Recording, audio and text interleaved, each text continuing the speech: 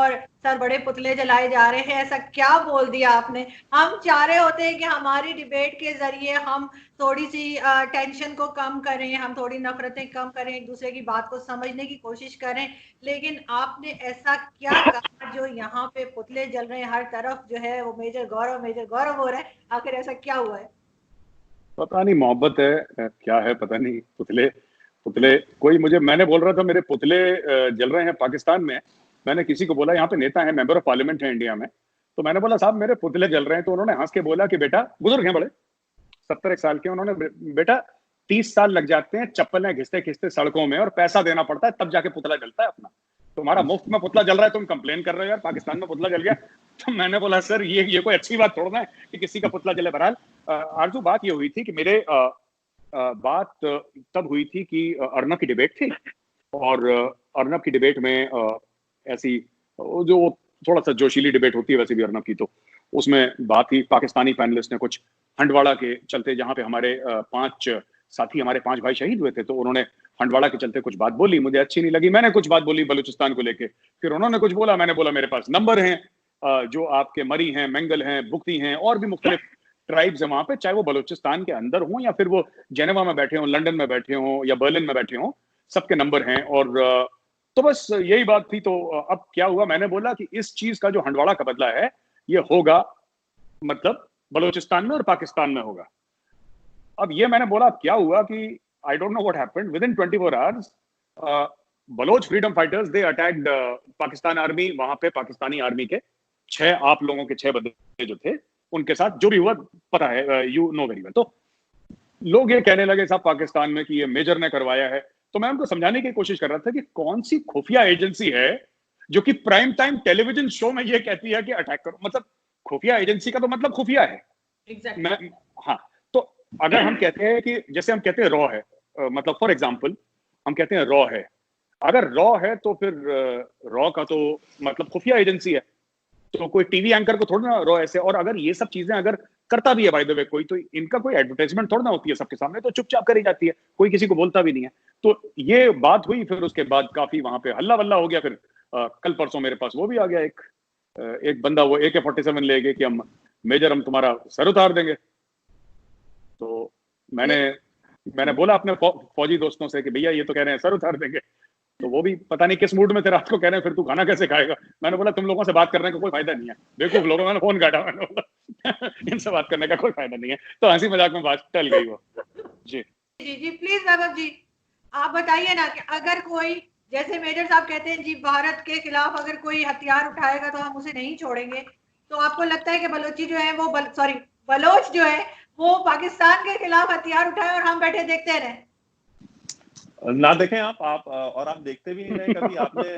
नहीं तो आप आपने लोग जो सपोर्ट करते हैं, आप लोगों का क्या लेना देना है? देखिए मैं अगर आप उनको मार रहे हैं तो हम आपका हाथ पकड़ने तो नहीं जा रहे ना। हम आपसे ये नहीं कह रहे कि हम जेनेवा जाएंगे, हम यूएस जाएंगे, हम अरब कंट्रीज को जगाएंगे और ये तशद्दुद हो रहा है और ये ह्यूमन राइट्स वायलेशन हो रही। मतलब इंडिया से तो कभी इस तरह की आवाजें नहीं उठी ना। तो आप मतलब आपको हमने कभी मना नहीं किया कि आप भाई आपको जो एक्शन लेना आप ले। तो मैं वैभव माफी चाहूंगा, मैं बीच में बोल रहा हूँ, एक तो मेरी आदत हो गई बड़ी बीच में बोलने की, तो मैं दूसरी बार इंटरप्ट कर रहा हूँ, I am sorry for that.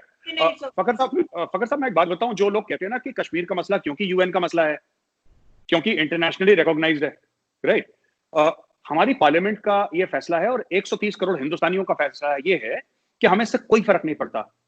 UN में आग लग जाए, अमेरिका में आग लग जाए, हिंदुस्तान वही करेगा जो हिंदुस्तान को ठीक लगता है, चाहे वो भगवान के खिलाफ हो, चाहे वो भगवान के खिलाफ हो, हमें कोई फर्क नहीं पड़ता। यूएन कहे, यूएस कहे, इंग्लैंड, अब वो लेबर पार्टी है भैया, आपकी यूके की लेबर पार्टी कहती है कि हम कश्मीर के बारे में हम राय रखते हैं। लेबर पार्टी कितनी है, उससे ज्यादा एमपी तो हमारे 5 किलोमीटर दूर रहते हैं। ये कौन सी लेबर पार्टी है जिसकी कश्मीर पे राय है? कितने पैसे हैं लेबर पार्टी के पास? मेरी बात सुन लें कि पहली बात तो कभी आप बुरहान मनी के प्रेस सेक्रेटरी बन जाते हैं, कभी आप हरबयार मरी का बता देते हैं वो क्या याशिया कर रहा है लंदन में, आप उसके भी बूट लेकर बन जाते हैं। फिर आप कभी आप बताने लगते हैं कि मोदी ने क्या करा तो क्यों करा। देखिए आप अपना ओपिनियन रखें, आप ये ना बताएं कि उन्होंने क्यों करा, मोदी ने क्या क्यों करा ये सिर्फ मोदी को पता है। ये जो अपने आप को बड़े बड़े जगादरी बनते थे ना मीडिया में, इंडियन मीडिया में, जिनको बड़ी जराये के जरिए उनको बड़ी खबरें मिलती थी प्राइम मिनिस्टर ऑफिस से और यहाँ वहां से, उनको भी भनक नहीं लगती कि कब क्या डिसीजन ले लेता है। तो मोदी क्या किया, क्यों किया, उसके ऊपर अगर फखर यूसुफजई को पता है तो मतलब कोई भी नहीं मानेगा। और मेरी एक बात सुन ले, जो इन्होंने सवाल पूछा कि बलूचिस्तान में बलोचों को हम अगर कुछ एक्शन लेते हैं तो आप उन्हें सपोर्ट क्यों करते हैं? देखिए, बलोचों का जो मसला है, बलोच हमारे भाई हैं, हमारा उनसे रिलेशन 5000 साल पुराना है, ठीक है, हम उन्हें सपोर्ट करते हैं, करते रहेंगे इंशाल्लाह। लेकिन आप हमें ये बताएं कि आप उनको सपोर्ट करें या ना करें, वो आपका मसला है। बलोच हमारे भाई हैं, 5000 साल से हमारे भाई हैं, वो हमारा उनके साथ तारीखी रिश्ता है। हम उनके साथ पहले भी थे, हम उनके साथ आज भी थे। आपके यहाँ से हमेशा ये आवाज उठती है भाई अफगानिस्तान से हिंदुस्तान का क्या लेना देना है, बलूचिस्तान से। का भाई ईरान हो, अफगानिस्तान हो, बलूचिस्तान हो, इनसे हमारे रिश्ते जो है, जब पाकिस्तान जब से बना है ना, उससे 10 गुना ज्यादा पुराने हमारे उससे ताल्लुकात हैं। प्री इस्लामिक टाइम से पाकिस्तान है, प्री इस्लामिक टाइम से भाई। और हम आपको ये भी बता देते हैं कि बलूचिस्तान में जो गलतियां आपने की हैं, जो मास ह्यूमन राइट्स वायलेशंस हुई हैं, जो मास ग्रेव्स निकली हैं, जो वहां पे रेप सेल्स चला रही है आपकी फौज, हम आपको बता रहे हैं कि ये अगर हिंदुस्तानी गवर्नमेंट अगर नहीं सपोर्ट करती है तो सबसे पहला इंसान मैं होऊंगा और मेजर साहब होंगे जो जाकर के सबसे पहले इस बात में धरना देंगे कि आप बलोचों का सपोर्ट क्यों नहीं कर रहे। बिकॉज बलोचों का सपोर्ट करना इंडिया की मॉरल रिस्पॉन्सिबिलिटी है। और अगर इंडिया उनका सपोर्ट नहीं करता है तो इससे ज्यादा मतलब दुख की बात हिंदुस्तानी कौम के लिए कोई और दूसरी नहीं हो सकती। क्योंकि देखिए, पाकिस्तान तो कोई कौम नहीं है, लेकिन हिंदुस्तानी एक कौम है, क्योंकि हमारी तारीख 10,000 साल पुरानी है, 10,000 साल से एक साथ रह रहे हैं। हमने बलोचों के साथ खड़ा होना है, हम खड़े हैं और इंशाल्लाह आगे भी खड़े रहेंगे। मेजर साहब मुझे एक चीज बताएं, मैं एक सवाल आपसे कर सकती हूँ? जी मैडम। ये कि जब से मतलब फेसबुक ज्वाइन किया है मैंने, मेरे ख्याल 10-11 साल हो गए फेसबुक पे। तो शुरू में क्योंकि मैं आपको जैसे पता ही आप लोगों को तो कि मेरे पेरेंट्स जो है वो इंडिया से यहाँ पे आए थे, तो हमेशा से क्योंकि जर्नलिस्ट भी थे तो बातें होती रहती थी घर में इंडिया की भी। और जैसे एक जर्नलिज्म आपको पता है कि माहौल होता है, तो सुनते रहते थे।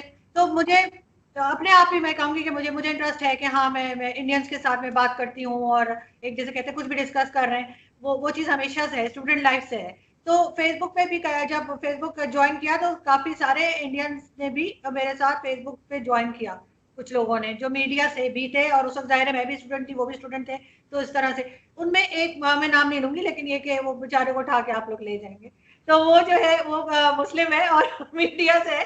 वो मुझे अभी तक मुझे उनका एक चीज की समझ नहीं आती। वो मुझे बुलाते हैं कि जी आप इंडिया आइए, ठीक है, जैसे घूमने फिरने आते हैं, इंडिया आप आइए, और आप बड़े उससे वो कहेंगे कि आप हमारे मेहमान बनिए, हमारे घर रहिए, और आपको ऐसा लगेगा जैसे आप मिनी पाकिस्तान में रह रही हैं, आपकी इतनी हिफाजत होगी। तो मैंने ये बात अपने 1-2 दोस्तों से कही, मीडिया के कोलीग से भी कही कि भाई उन्होंने मुझे इस तरह कहा, मुझे समझ नहीं आ रही, अगर मैं इंडिया जाती हूँ तो मुझे इंडिया जाके ये महसूस करने की क्या जरूरत है कि मैं पाकिस्तान में हूँ।